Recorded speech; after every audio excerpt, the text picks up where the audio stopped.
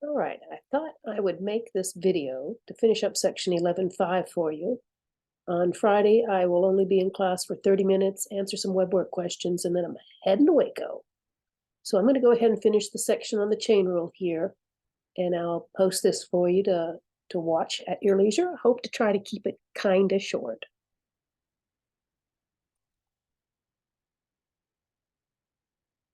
All right, so here's what we were working on last time. We were working on the chain rule, and in the beginning, we just talked about a function of two variables, function of x and y, where each of the functions were parameterized in terms of t. So we said that if you wanted to take the derivative of z with respect to the independent variable t, then we have to go through the several stages. Z is written as a function of x and y. So picture form, I have z right here, and it's written as a function of x and y. And each of those are written as a function of t. So what this chain rule says is we first have to take the derivative of z with respect to x, and then multiply that by the derivative of x with respect to t. To finish off the derivatives with respect to t, we have to go then and take the derivative with respect to y and multiply that by the derivative of y with respect to t. So this picture helps you remember the chain rule. dz dx multiplied with dx dt added to dz dy multiplied by dy dt. Technically, the dx dt and the dy dt are straight derivatives and not partials because they're functions of only one variable.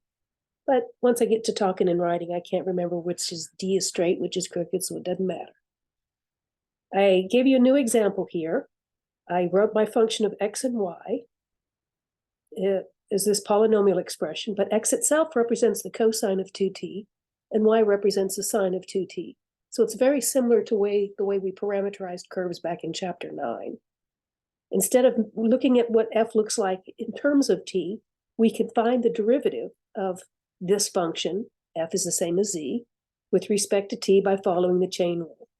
So I'm going to start by writing down the chain rule to get the derivative of z with respect to t. We have two variables, x and y. We'll need the derivative of z with respect to x, and then multiply that with the derivative of z with respect to t. Then add to that, derivative of x with respect to t.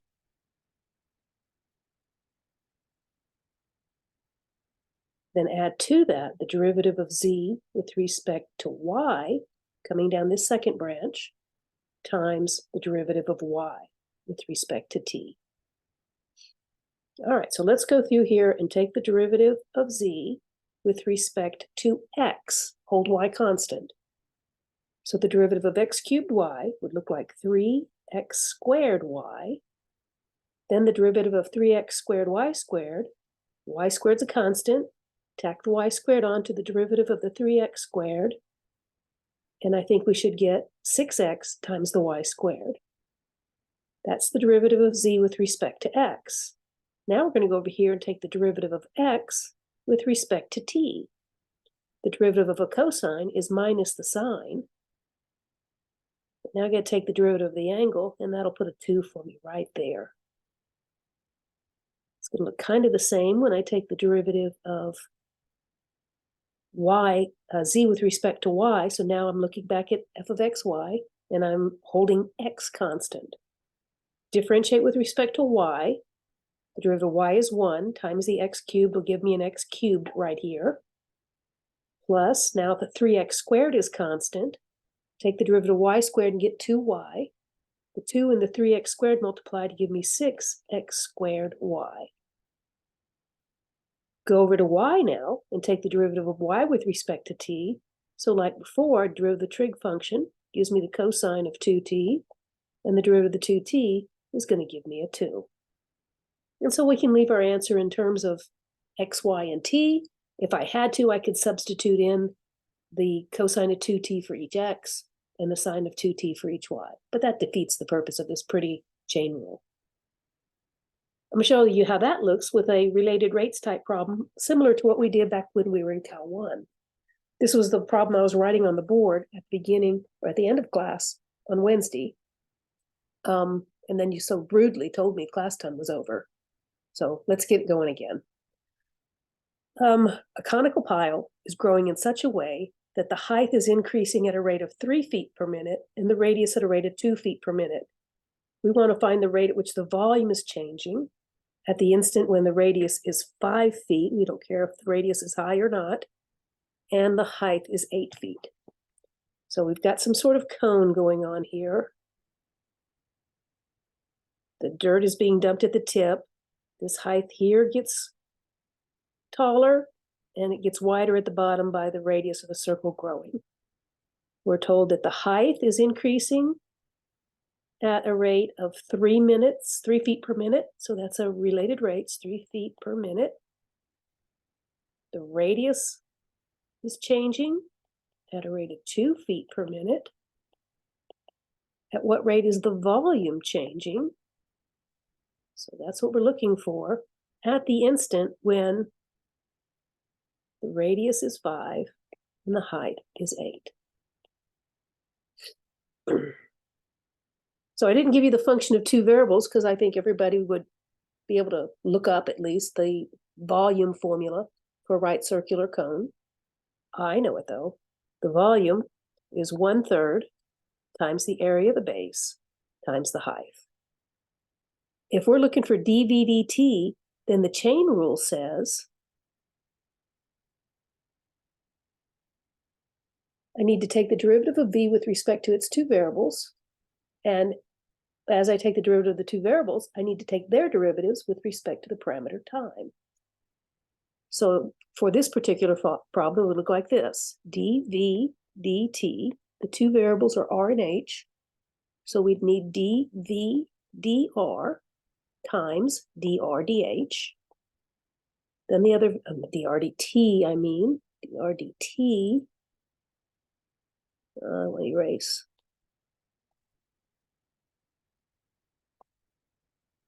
Dr dt plus dV dh, and now change h with time, dh dt. All right, so let's go take these derivatives. Oh, don't you turn on me. All right, let's see. The 1/3 pi in each case is going to be a constant. So I'm going to pull it out. And I'm going to put it right here. Let's write it as pi thirds. Now we're going to take the derivative of that with respect to r. So h is a constant. We're looking at r squared times h. The derivative with respect to r is 2rh. Now I multiply that by dr dt. So I'm halfway through the chain rule. Next, I look at the r squared h and I take the derivative with respect to h. So the r squared is a constant. Now the derivative of h is just 1, but with the chain rule, we multiply by dh dt. Now let's fill everything in. We've got some numbers to use. I've got a value of r. R is going to be 5. H is going to be 8. dr dt is 2. R is 5, so r squared is 25. dh dt is 8. And so I have pi over 3 times, let's see, 10 times 16 is 160. 25 times 8 is 200.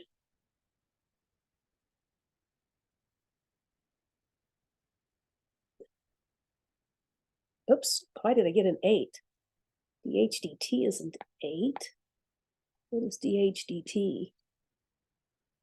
Let's look back up here. dh dt is 3. Let's try that again.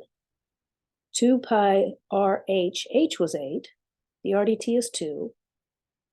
R squared is 5 squared. dh dt is 3. Let me put the 3 in here. So I still get 160 there. 3 times 25 is 75.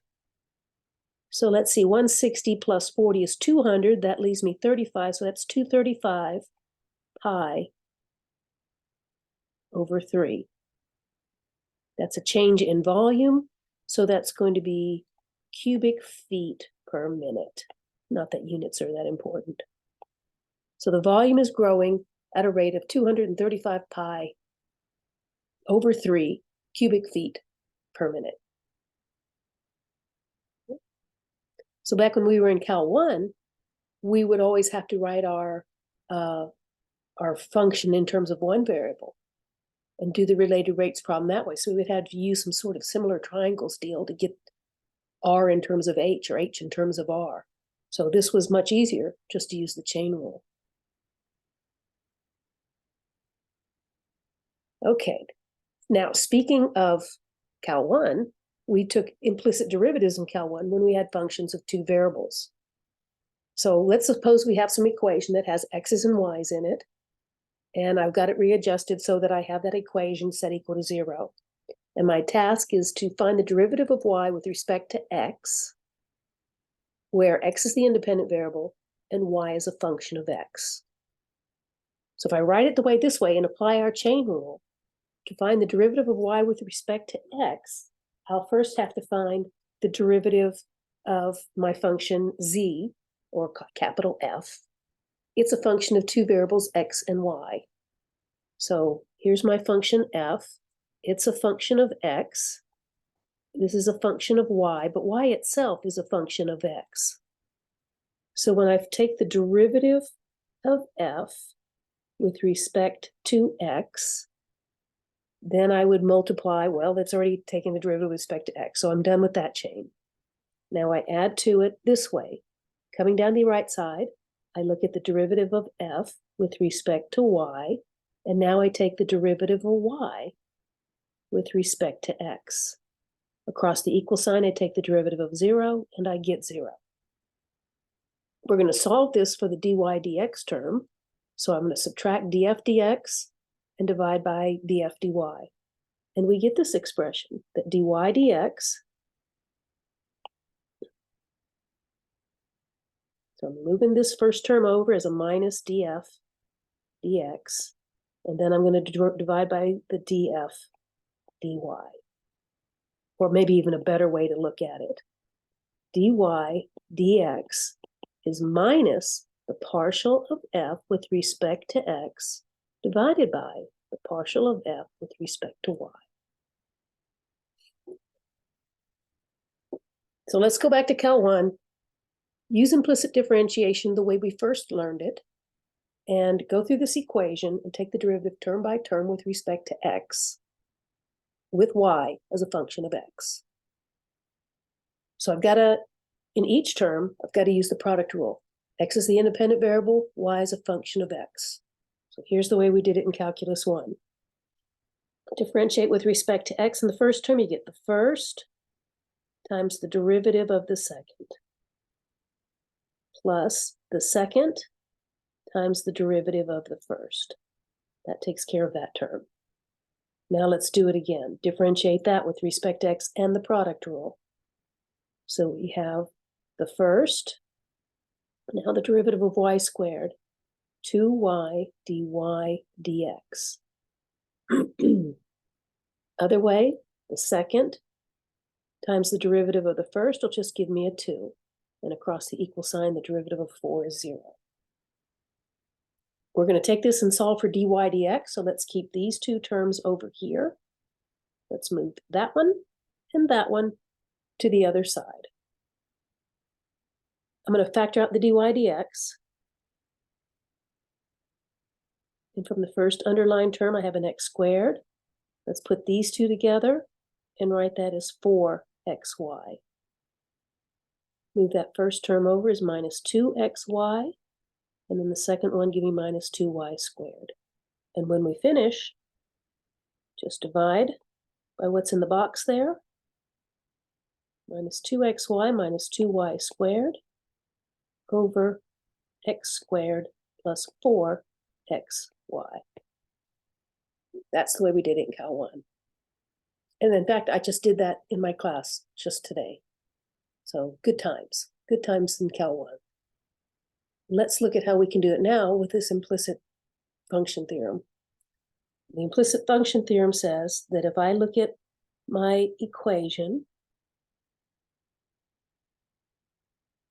like x squared y plus 2xy squared minus 4, because we want f of xy to equal 0, right? F of xy, and that's equal to 0. This says, the implicit function theorem says that the derivative of y with respect to x should be minus the partial of f with respect to x over the partial of f with respect to y. So let's go through here. Take the partial with respect to x. Hold y constant. No more product rule. Just hold y constant. The derivative of x squared y is 2xy. The derivative of 2xy squared is 2y squared. Then apply the minus sign from the formula. Move that equal sign over a little bit. So there's minus fx. Now we're going to go through that line and take the derivative with respect to y, hold x constant. So derivative of this y is a 1, that gives me the x squared. Derivative of y squared is 2y, so I have 2x times 2y. And if I put the 2x with the 2y, distribute the minus sign through the parentheses, don't you agree that we get the same thing? Of course you do. So what I want to show you now is we can do this with functions of 3 variables. Let me show you what that would look like.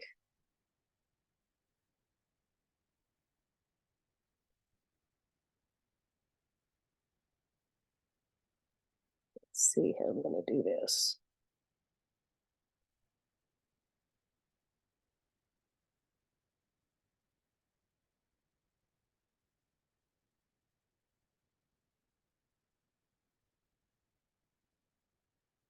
Let's do it at the end where I have more room. Let's go back over here. Well, I didn't want to copy a page. Let's go here. I'm going to eventually take the second derivative of these things, but look here, I've got a function of 3 variables. Suppose we had something like this. If we have some function of x, y, and z equal to 0, where it's implied that z is a function of x and y. And I want to find dz dx, for instance. Now, these would be partials. I wrote them as straight derivatives, so let's fix that because these are a function of 2 variables, dz dx. We've done this where we just took the derivative of each term, but I want to do this using this implicit function theorem. So I'm going to start with f of x, y, z is equal to 0. And I'm going to compute the derivative of f with respect to x. And by the chain rule, I take the derivative of f with respect to x, and I guess I would have a dx dx, but that's just 1, plus the derivative of f with respect to y times dy dx. But guess what? When I'm treating this as a function of x, and I'm taking the derivative with respect to x, y is being held constant. So this is going to be 0. Z is the next variable, and then I would multiply by dz dx. And then I've got an equation, so I keep the equation intact. And I have that that's equal to 0. So let's rewrite this. We said that was going to be 0, and that's just 1. And let's get rid of this. I don't need this thing here. I should use the chain rule. Let's just go like that, take the derivative of each term. So we're going to start with f, take the derivative of each term with respect to its variables, df dx, df dy, df dz, and then we take the derivative of the variables with each with respect to x. So I get that df dx times 1, df dy times 0 is gone, plus df dz times dz dx is 0. And I said we're finding dz dx. So if I solve for dz dx, I subtract df dx and then divide by df dz. And so look, it looks just like that theorem we had. It's minus fx over fz. What do you think it would look like when we say we're going to find dz dy?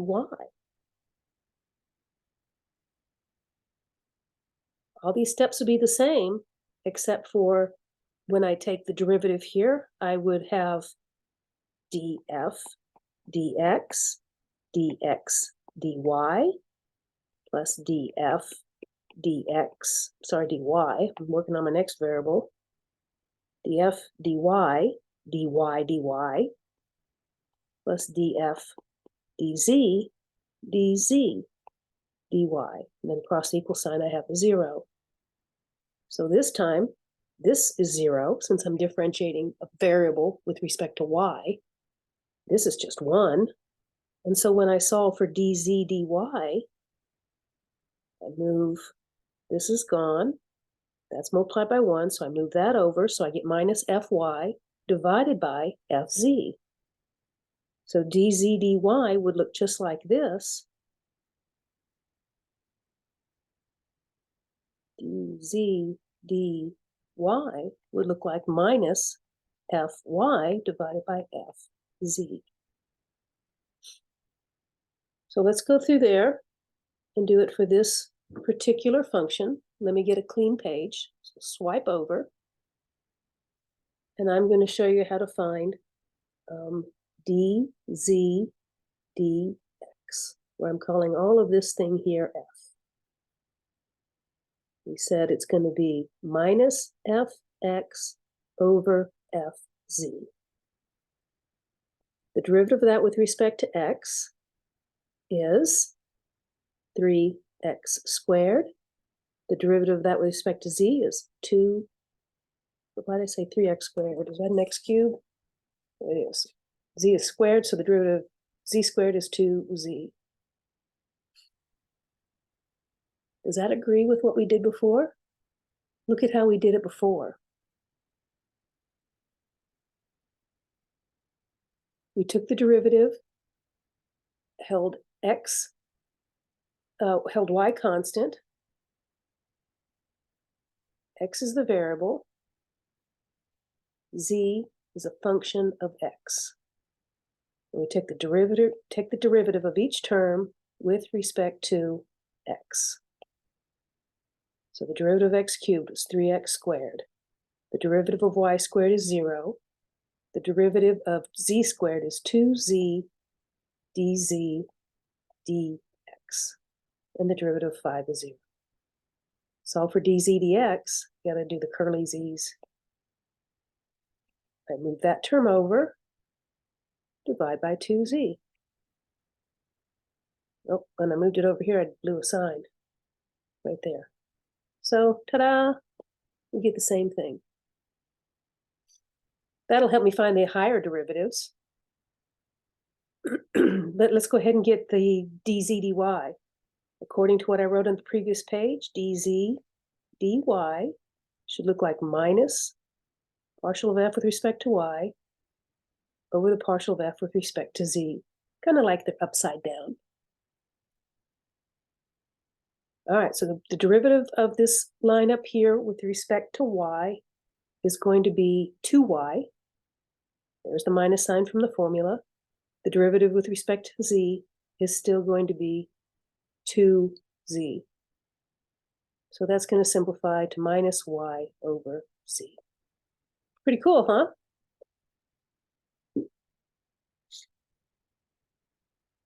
I liked it. I want to show you now how to get these higher ordered derivatives. This derivative is the mixed partial. So I can start out with either one of these and take the derivative with respect to whatever variable I'm missing. So if this is dz dy, if I start from here and take the derivative with respect to x, that'll give me the second partial of z with respect to both variables. So we'll take the derivative using the minus y over the z and the quotient rule. We'll do bottom times the derivative of the top minus the top times the derivative of the bottom over the bottom squared. But we're going to use the fact that z is a function of x and y, And y, when I'm taking the derivative with respect to x, is a constant. So if y is a constant, I can copy it down. Think of this as minus y times 1 over z.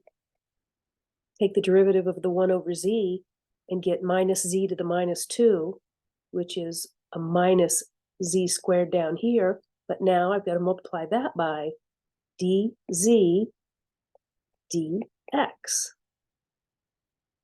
So I have d squared z dx dy. The two minuses cancel, give me y over z squared. Now I'm going to get this out. dz dx I found earlier. dz dx was this. I'm going to put that in to that slot. So I'm going to put a minus 3x squared over 2z here. And we'll get minus 3x squared y over 4z cubed. Pretty cool, huh? Yes, it is. Okay, so that took care of that one. Now let's look for the second derivative of z with respect to x. So I'm going to have to cross over to the next page. So let's remember that dz dx looks like minus 3x squared over 2z. Let's grab another page here. So we start with dz dx is minus 3x squared over 2z. Bad looking minus sign.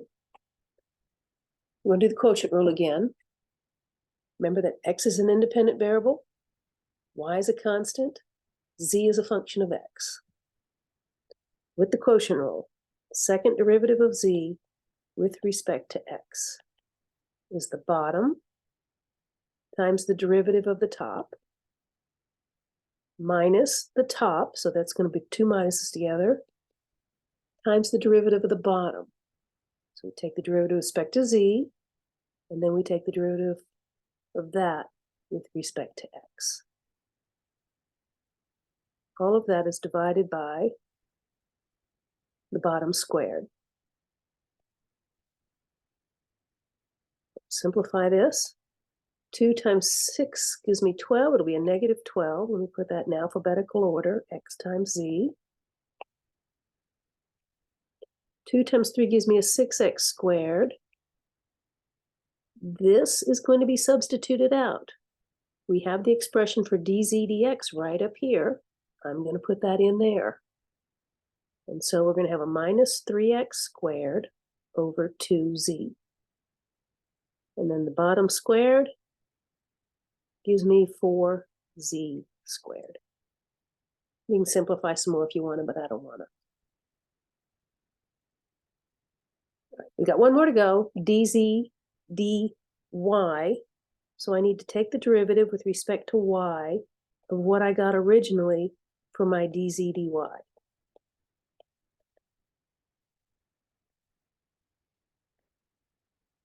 And I forgot what I got, so let's go back a page.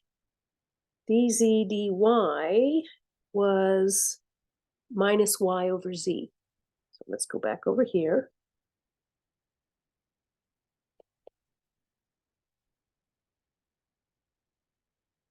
Y is the independent variable, x is a constant, z is a function of a y. We're going to do the quotient rule again. So we take the bottom times the derivative of the top minus the top is a negative y, times the derivative of the bottom. So that'll be dz dy over the bottom squared. And as before, we're going to simplify this. Remember that is a minus z plus y. Remember dz dy is right here. I'm going to put that in right here. That's a minus y over z divided by z squared. Minus z minus y squared over z all over z squared. So that's how you can do higher order derivatives if you start out with implicit differentiation.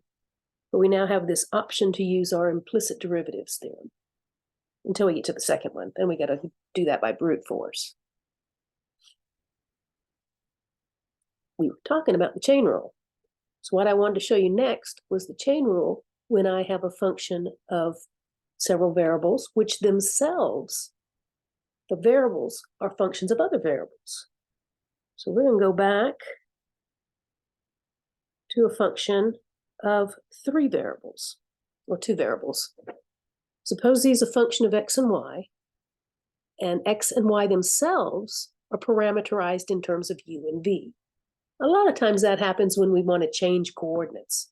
Like, for instance, in Cal 2, we were in the xy plane, and we changed coordinates to the r theta plane. X was a function of r and theta. Y is a function of r and theta. And some of our geometric equations were functions of x and y. So here we've got that kind of idea going on. We can take the derivative of z with respect to the parameter variables, the r and the theta, or in this case, the u and the v, by going through the chain rule. So the diagram shows that z itself is a function of 2 variables x and y. Those functions are functions of the variables u and v. So if we're looking to find the derivative of z with respect to u, we have to go down all paths that end with u. So the first path goes this way. That line represents taking the partial of z with respect to x. Keep going down the line. Now we're taking the derivative of z with respect to u. Add to it the next branch. This branch is dz dy. Gotta go down this way. That's going to be dy du. And that's what this first chain rule says. Similarly for dz dv.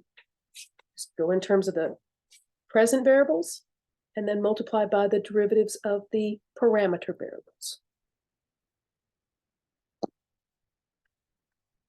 Use a sip of water. How about that? Slow me down.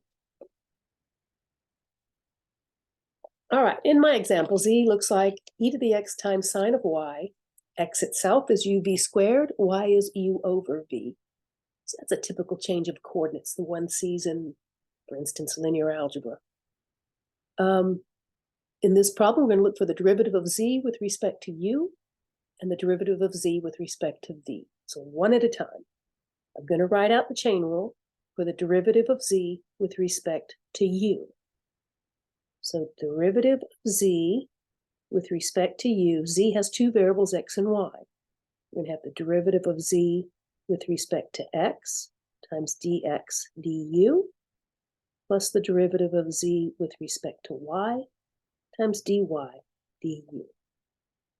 That's my game plan. Now let's implement it. Z is a function of x and y. The y is going to be held constant. So when I take the derivative of e to the x times the sine of y, I get the derivative of e to the x, and the sine of y is a constant. Now I'm marching over to to x, and I'm going to take the derivative of x with respect to u. I bet I get v squared, because the derivative of u is just 1. Now I'm going to take the derivative of z with respect to y. E to the x is a constant. The derivative of sine of y is the cosine of y. Go over here to y and take the derivative of y with respect to u. U is in the numerator. The 1 over v is a constant. So the derivative of u in the numerator is 1 times the 1 over v. And there's the derivative of z with respect to u.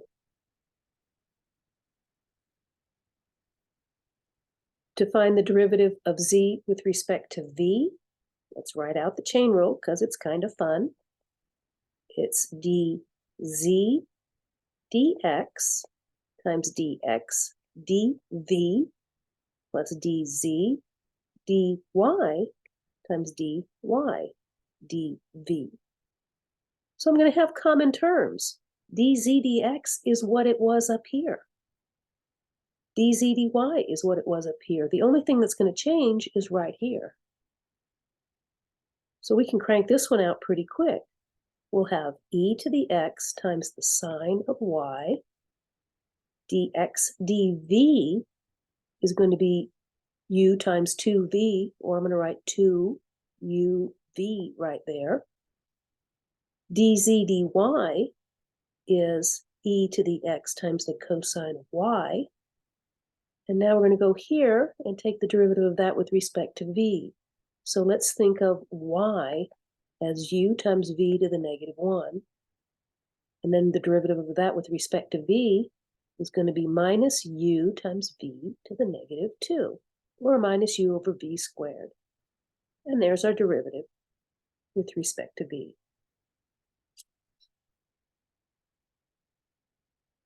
If you thought that was fun, look at the next example. I got a new function, w. It's a function of 3 variables. Each of those 3 variables is a function of 3 other variables. X is a function of r, s, and t. Y is a function of r, s, and t. Z is a function of r, s, and t. So I can find the derivative of this function w with respect to r, or s, or t, using the chain rule. So think about what the tree diagram would look like. You've got w up here. Then you've got x, y, and z. Each of those are functions of r, s, and t. So I'm going to have like 9 branches on my little tree diagram. If I want to find the derivative of w with respect to r, I've got to go down those 3 branches that lead me to r. And they are going to look like this. dw, dr. So w's in terms of x, y, and z. So I'm going to have a dw dx.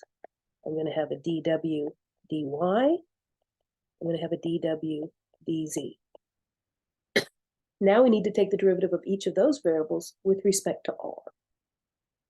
We'll have a dx dr, a dy dr, and a dz dr. There's the chain rule. That's the steps we have to take to get dw dr. Let's knock it out. All right, I got an exponential function. The derivative of an exponential function is itself times the derivative of the power. So when I'm taking the derivative with respect to x, the other variables are constant. So I get itself e to the 2x minus y plus 3z squared. The derivative of the exponent with respect to x gives me a 2. There's dw dx. Now I'm going to go to x and take the derivative of that with respect to r. So the s and the t are constants, and I get dx dr is just 1. Next, dw dy. I'll get the exponential function back, e to the 2x minus y plus 3z squared. Differentiate that exponent with respect to y, and I get a negative 1. Now I'm going to y and taking the derivative of it with respect to r. I'm just getting a 2.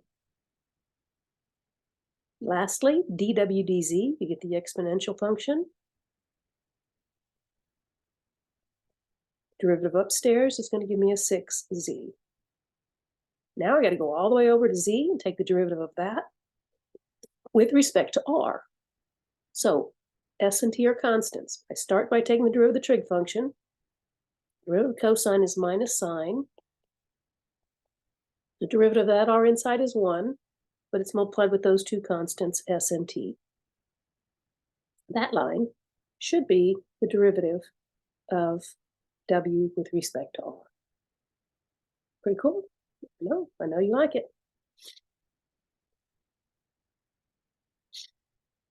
Let's play with symbols. Suppose you have a function of 4 variables, and each of those 4 variables are functions of 2 more. So you've got your function w is a function of x, y, z, and t, and each of those are functions of u and v. To find dw du, we need dw dx, dx du, plus dw dy, dy du, plus dw dz, dz du, plus dwt, dt, dt du. Whoa, let's write that out. dw du is dw dx, dx du. That's this one. Plus dw dy, dy du. That's this one. Plus dw dz dz du. There. And lastly, dw dt dt du. That's how the symbolism works. It looks like that the derivative you want to find is always down the main diagonal. And the other diagonal looks like it would cancel if these were multiplying fractions. So that's an easy way to remember the chain rule. I think I beat this section to death. I probably talked a little bit longer than I wanted to. I wanted this to be kind of quick for you. So I'll let you go right here. And on Monday, we will start covering section 11.6, where we talk about directional derivatives. Have a good weekend, and thank you guys.